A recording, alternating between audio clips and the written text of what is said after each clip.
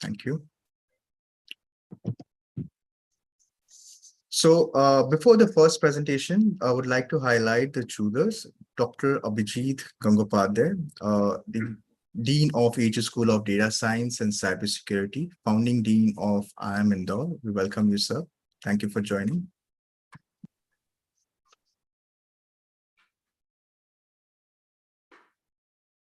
Just a minute. Let me add a spotlight to my song. Just a minute.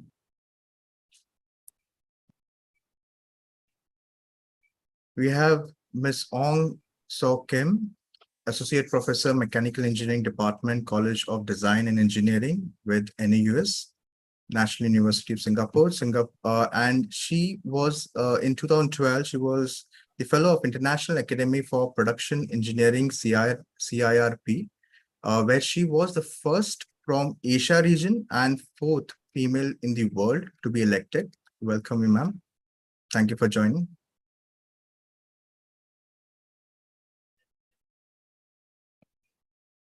May I add a spotlight to Dilip sir? Mr. Dilip Shenoy, former Secretary General, FICCI, former Managing Director and CEO with National Skill Development Corporation, India. Welcome you, sir. Thank you for joining. Thank you. Good to be here. Thanks.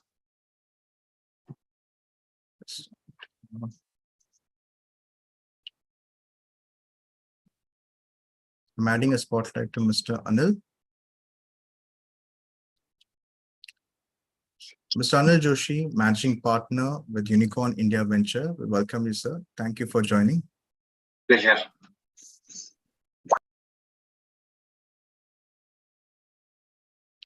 I'm adding a spotlight to Mr. Bhupesh Teria. Mr. Bhupesh Teria, founder of Aegis Scramble Award, CEO of Aegis School of Data Science and Cybersecurity, as this initiative of Aegis Scramble Award is under Aegis School of Data Science, and Managing Trustee of Aegis Knowledge Trust. Thank you for joining, sir. Welcome all the jury members for joining. Thank you so much. We are adding a spotlight to Mr. Kalol Kanungo. Mr. Kalol Kanungo is the CEO of Aegis Scramble Awards. Welcome, you, sir. Thank you for joining. And welcome all the jury. Jurors, we would have the first presenter to showcase the innovation. In the meantime, I would share the link, the one which we have missed.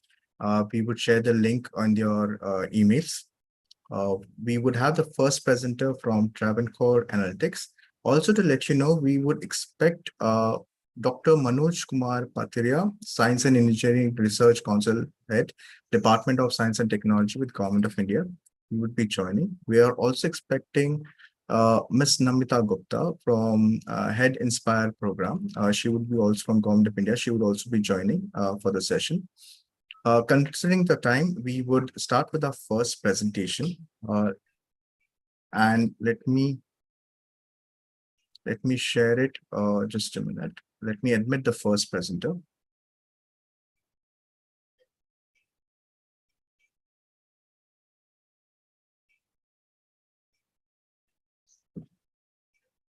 Hi, Anwar. Hello. Anwar, hi. Hi. Let me add a spotlight to you. Anwar, the jurors are ready to view your presentation. Okay. There is a timer of 10 minutes. Would request you to please share your screen. Okay. It says you have disabled. Okay. Screen share. IT, can you please enable the screen share option? Please check now. You can recheck now. Right. Okay. Thank you. I'll add a spotlight to the timer so that you can view it. Just a minute. Right. Okay, add a spotlight. Are you able to see the timer? 10 minutes? I cannot on my screen, but I can see that in a different screen. That's fine. Yeah. Okay. If you need it, I can give you a prompt or at 5 and 3. I'll let you know the timer. Okay. Right. Sure. Yeah. Jurors, we are presenting the first innovation. Here it is. Okay. So can I start? Right.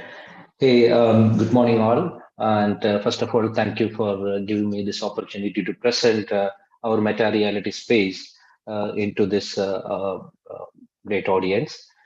My name is Anwar Sadat, VP of Engineering in a services company, software services company called Travel Go Analytics.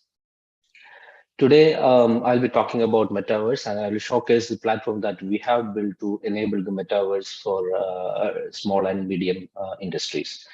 So what is Metaverse? Metaverse, this name has been there for so long, but recently when the Facebook changed their name to Meta, then the Metaverse become a popular term in the industry. So it is simply a shared virtual space where people can usually represented by unique characters called avatars.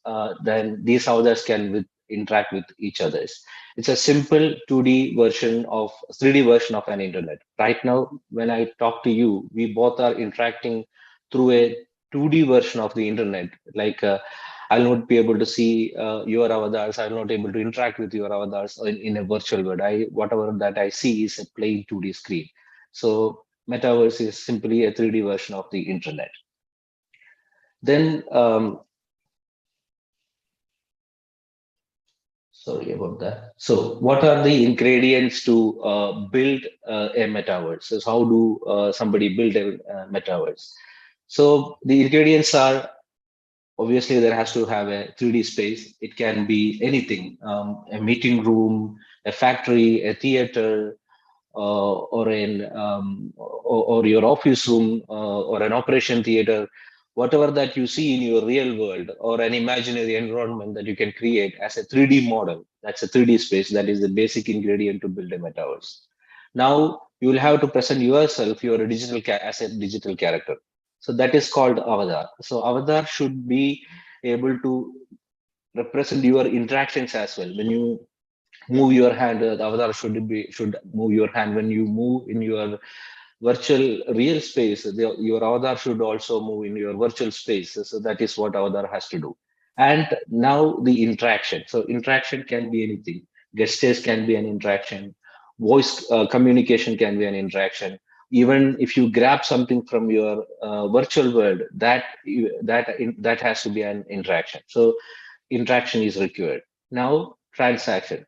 So like in your real world, you should be able to purchase, do some transaction, you purchase something from the virtual world. So that is the transaction. So all these basic four items, ingredients can make a metaverse ecosystem. So now the meta reality space. This is a platform that we have built to enable any organization can enable immersiveness in their daily life or in their businesses. So that platform is called meta reality space. So this platform meta reality space is nothing but a web portal where you can upload your 3D environment like the spaces that I mentioned. Then your avatars will be there. You can customize your avatars. Then you can upload the assets. So the assets can be anything. Like if you are building a meeting room, the table can be an asset. So anybody can upload your desired kind of table as a 3D model. A coffee mug, a laptop, or even a TV screen can be an avatar. So can be an asset. So asset has to be there. So you can upload the assets. Once you upload the assets and upload the environment, what you need to do is there is this popular platform called Unity 3D. That is the platform people use or the developers use to build virtual reality experience. So we have a plugin called Unity, Vector Reality Space Unity plugin. So that plugin, you make couple of clicks, then it will generate a VR application that can be installed on your VR headset, and you will have your own meta reality space like metaverse, and you can share that application with your other people or whoever that you wanted to share that platform or the application, and they can also install the application on their headset, and you all can interact in the same virtual space, metaverse space. So that is what meta reality space do. Now I will show you a couple of videos, some of the applications that we have built using this meta reality space. I hope you can see the screen as a video. Yeah, the audio is not. Yeah, the Yeah, screen I is don't have visible. an audio there. Okay. Yeah, I'll. Sure. This is a meeting room that we have created. Then this guy is interacting with the other guy in this meeting room. Actually, what you see is the meeting room created using the environment, assets, all these shelf books that you see, and even the TV screen that you see is an asset. This is an engine assembly environment that this guy is trying to assemble an engine in a virtual world uh, from a different location, and there are other people also can join into this same environment, see what this guy is doing. They can even transfer the objects. And this one is a fantasy world our developers created. They have been playing. They used to play chess from different office spaces using their avatars in meta reality space. This one is a theater room that they have created to watch movies or events in meta reality space. And this is an art gallery where this guy is grabbing one of the artifacts there and trying to see what it is, and what is the shape of it, and all. So these kind of interactions can be enabled using the platform that we have created. Anwar, you're close to 3 minutes now. Right. So that is what meta reality space is. Now, this is the architecture, the entire architecture, this MRS engine that we have built. So there are two items that I would like to explain here, and there are other items also. There avatar engine is there, analytics engine is there, streaming module is there, but important two modules here is assets and programmable asset. Asset is two types of assets that once you upload a model into this platform, you can mention asset as a static or a grabbable asset. For example, in the meeting room, a table that you can mention as a static asset, and a coffee cup you can mention as a grabbable asset, meaning that anybody who is interacting in that environment, they can grab this grabbable asset, they can do some action with this grabber, they can throw it, they can place it anywhere that they wanted, like in real life.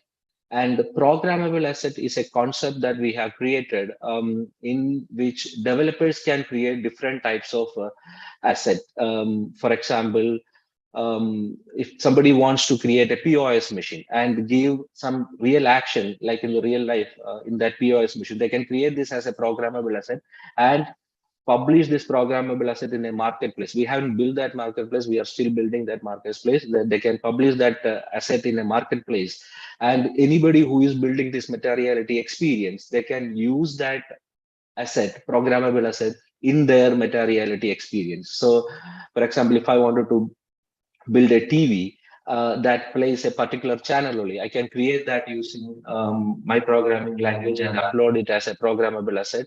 And anybody who want to place a TV on their meta reality experience, then they can download this programmable asset and place it on their virtual world. So that is programmable asset. You have 1 minute. Yeah. Right.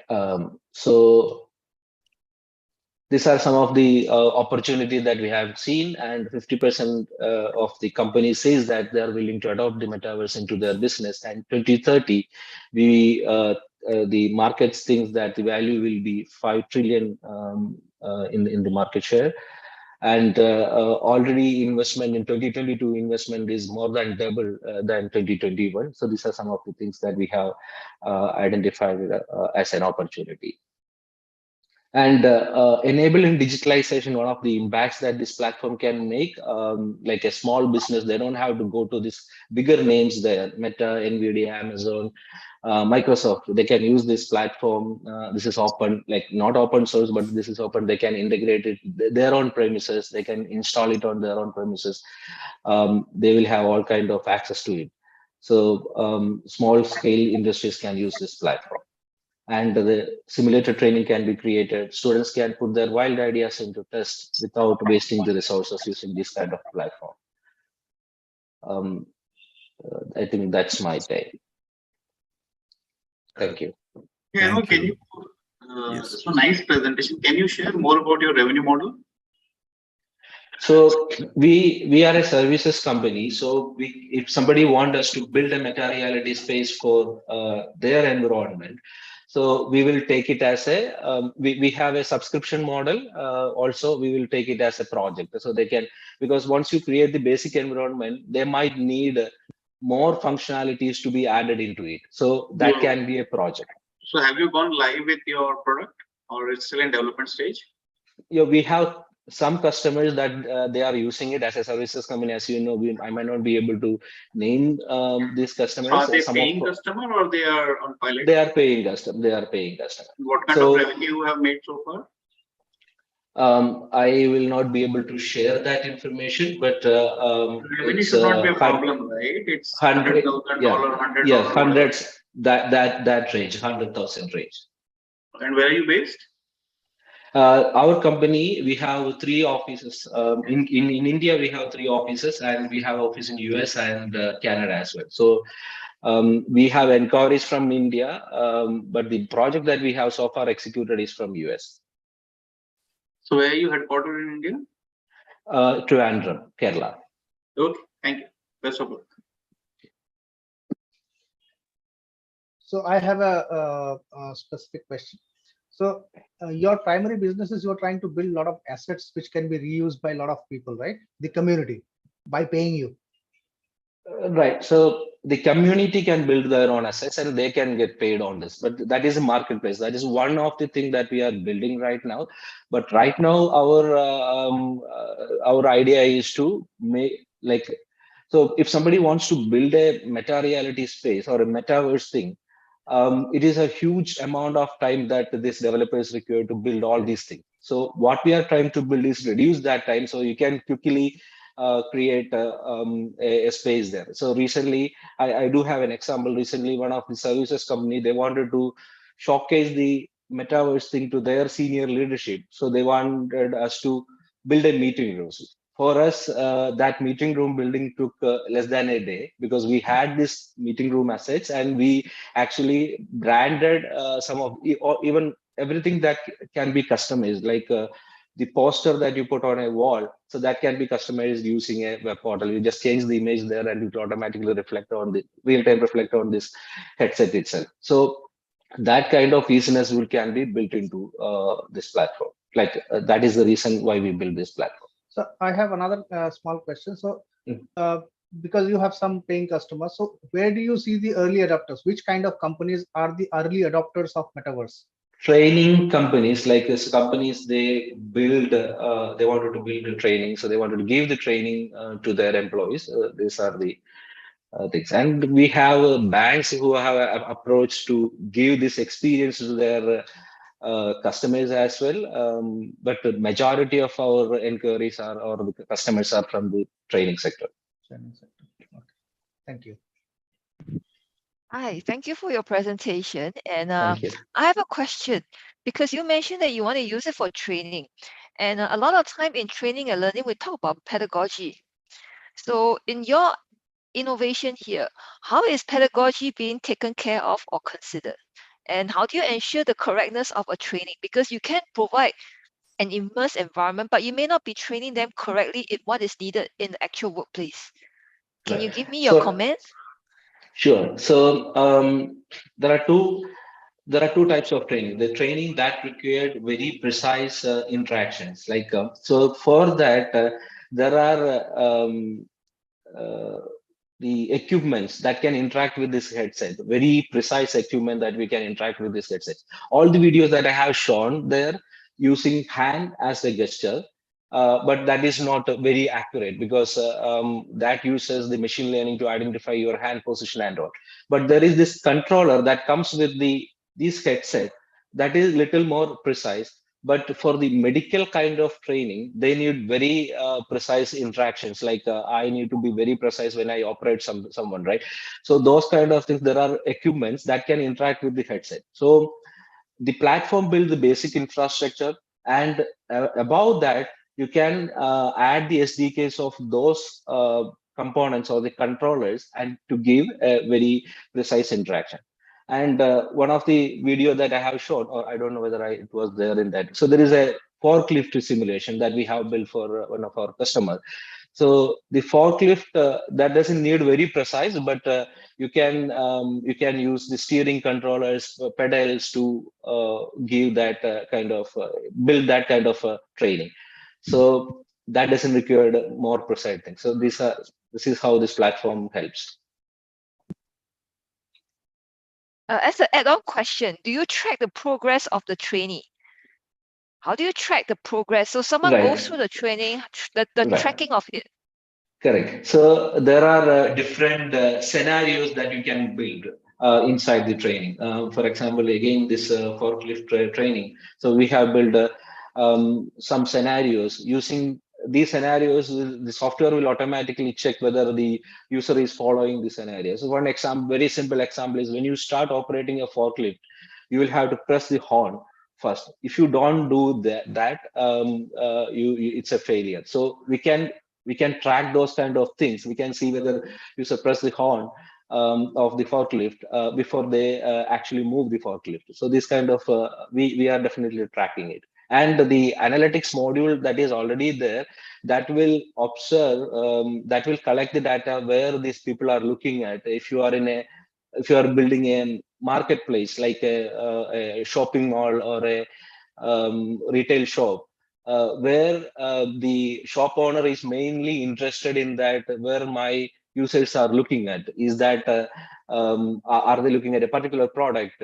So this kind of interaction can be also captured. In real life, it is very difficult to capture to see whether where this actually the consumers are looking at, right? But in the virtual world, it is a little more easy that you can even track those kind of interactions. Thank you. Yeah. So, Anwar, very good presentation. Thank you for that. Just a Thank you. quick question. What's competition in this space and how are you different?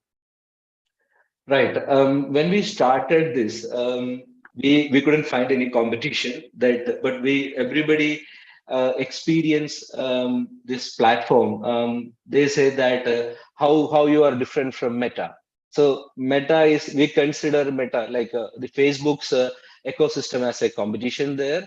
But our ecosystem, the way that we see that, we don't want to build this platform for the consumers. We want to build this platform for the enterprises, so they can use this. They can build their own meta reality space or a metaverse. So right now, there are some similar applications are there, like spatial and all. But here, in the spatial and all, you cannot build new functionalities from the basic set of functionality. Here, what you can do is, because what we have given is the development platform. So we have integrated this platform into Unity. That's the development platform these developers use. So use our platform to build the basic infrastructure, and whatever that you wanted to build above that platform, basic infrastructure, you use your own logic. So that is the speciality that we have. Thank you. Thanks.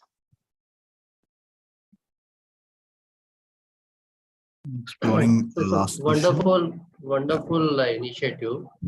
But Anwar, as you said that your primary customers are using it for training purpose.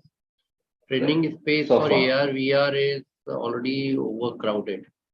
For the last 10 years, the companies are there which are at pretty advanced level, and they have created a lot of assets for various industries, right? From manufacturing to every other industry. Right.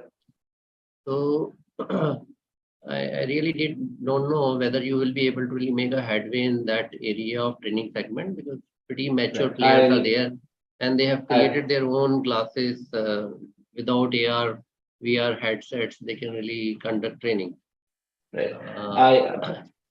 I can answer that. So we have been doing this virtual reality from 2014 onwards. We started with the entertainment art. So one of the problems that we faced when people experience this VR is that somebody visit our VR lab in our office. So we'll give them a headset and we will tell them, so this is what our VR experience is. So even for the training. But the problem is that I don't know where this guy is looking at. Is he really seeing the environment is. So then we started building this in the immersiveness with the interaction, and I can also join in the same platform. So in the training, imagine that the normal training ecosystem is something like you build this platform, give it to the trainee, and they will experience it. But the trainer here, the trainer can also get into the same ecosystem and see that what the trainee is doing in there, and he can instruct, and he doesn't need to be in the same place. He can do this from the anywhere. Thank you. Thank you, Anwar. Thank you so much. Okay, wonderful initiative. Keep it up. Thank you. Thank you, Thank you, Anwar. all. The time is up. We wish you the best with your presentation. And since this innovation has been also recorded live, we look forward with the results. Thank you for your time.